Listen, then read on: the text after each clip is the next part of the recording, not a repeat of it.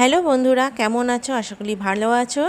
আজ আমি তোমাদের চিতল মাছের মুইঠা রেসিপিটা দেখাবো। অনেকেই বাড়িতে করতে পারো এটা, আবার অনেকে পারো না। দেখে নাও কত সহজে এটা হয়ে যায়। তার জন্য বাজারে গিয়ে বলবে মাছওয়ালাকে যে চিতল মাছের মুইঠা করব, তার জন্য ওরা মাছটাকে সেইভাবেই মুইঠা যেরকমভাবে হয় তার জন্য যেরকম পিসের দরকার সেইভাবে কেটে দেবে। মাছটা এনে এই রকমভাবে আমি যেভাবে চামচ দিয়ে চেঁচে চেঁচে তুলছি সেইভাবে তুলে নেবে, তাহলে খুব সুন্দর উঠে আসবে মাছের শ্বাসটা, কিন্তু কাটা আসবে না। এবার ওগুলো তুলে আমি একটা কন্টেনারে রাখলাম, যদি বেশি হয় তোমরা ফ্রিজে প্রিজার্ভ করতে পারো। এবার তার সঙ্গে আমি পেঁয়াজ, রসুন আর আদা পেস্ট করে নিচ্ছি আলাদা করে, আর সঙ্গে আমি এর মধ্যে কটা কাঁচা লঙ্কাও দিয়ে দিয়েছি। এবার এই পেস্টটা থেকে 4 চামচ মতো পেস্ট আর একটা ডিম গোটা আর একটুখানি নুন দিয়ে এই মাছটাকে ভালো করে মেখে নেব।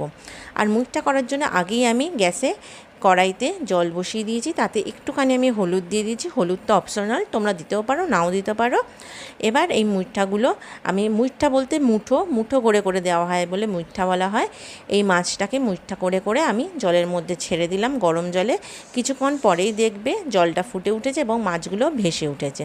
তখন মাছগুলোকে ছেঁকে ছেঁকে তুলে রেখে দেবে, বা মুইঠাগুলো ছেঁকে তুলে রেখে দেবে। এবার কড়াইতে তেল দিয়ে তার মধ্যে অল্প একটু হলুদ দিয়ে আমি প্রথমে আলুগুলোকে ছেড়ে দিচ্ছি। আলুগুলো খুব ভালো করে ভাজা হয়ে গেলে ওটা তুলে নিয়ে আমি মুইঠাগুলোকে ভালো করে ভেজে নেব। এই মুইঠাগুলোকে তোমরা স্ন্যাক্স হিসেবে চায়ের সঙ্গেও খেতে পারো, খুব ভালো খেতে লাগে।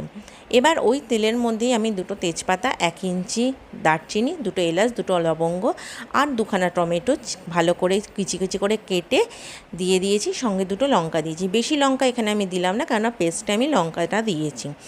এবার বাকি যে পেস্টটুকু ছিল আদা রসুন পেঁয়াজের, সেটাও আমি দিয়ে দিলাম। তোমরা চাইলে এই পেস্টের মধ্যে আলাদা করে একটুখানি গরম মশলা বেটে দিতে পারো।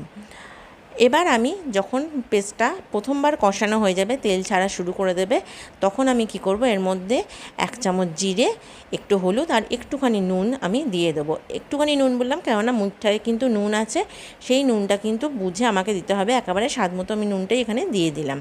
দিয়ে এবার এটাকে একটু অল্প করে জল দিয়ে ভালো করে কষাবো, এবং কষানোর সময় আমি আলুটাকেও দিয়ে দেবো। আলু দিয়ে ভালো করে কষানোর সময় কষিয়ে কষিয়ে যখন একদম পুরো তেল ছেড়ে যাবে, তখন আমি ফাইনালি জল দিয়ে দেবো। দিয়ে মুইঠাগুলোকে ছেড়ে দেবো।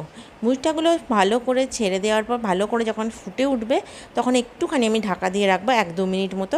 তারপরে 1/2 চামচ গরম মশলার গুঁড়ো আর 1 চামচ মতো ঘি আমি এতে দিয়ে দেবো। ঘি আর গরম মশলাটা কিন্তু অবশ্যই দেবে, মুইঠায় কিন্তু টেস্ট বাড়ায়।